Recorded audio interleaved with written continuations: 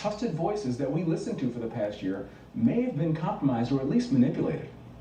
Kennedy, Dr. Fauci's PR team is like literally must be as large as someone like Lady Gaga or something, because the releases that they have said that his book is about, I mean, the range is crazy. It's in one, how to lead in a time of crisis. In another, it's how to lead after a time of crisis.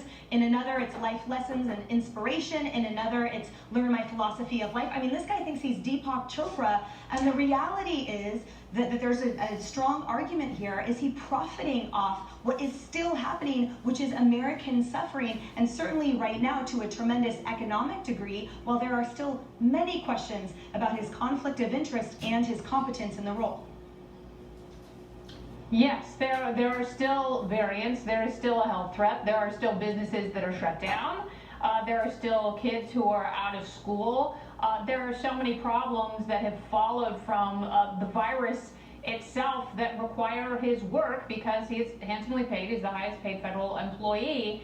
And, therefore, if he wants to go on the lecture circuit, if he wants to write books, if he wants to have leadership seminars, and if he wants to have a retreat where people play naked Ouija board, I don't care. But he's being paid by the taxpayers. He should go and do his job, and he should really sit down and answer some of these questions about what he knew about gain-of-function research, how far back does his knowledge go, and who is he talking to in China, whether it's U.S. diplomats, researchers, Chinese doctors, people within the lab who are thanking him for his help in the gain-of-function research.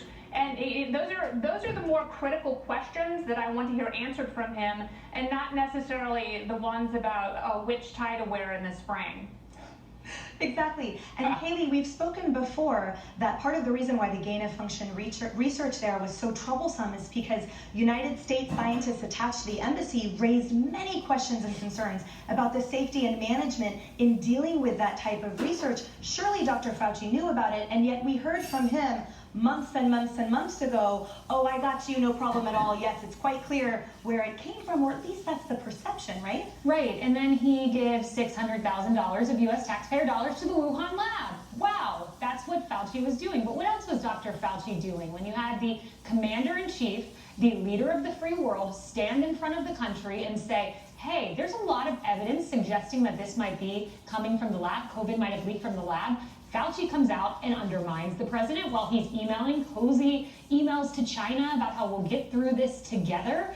He's undermining the president of the United States. And one last thing I want to point out is Cuomo and Fauci actually have a lot in common. I loved reading through Dr. Fauci's emails, and one of those emails he sent a link to a friend or to someone, it's an unknown recipient, and he sent an article about both he and Cuomo, and the title of the article was Cuomo Crush and Fauci Fever, Sexualization of These Men on the Internet is Real, and he sent it in bewilderment. Wow. You know what I call that? Thirst.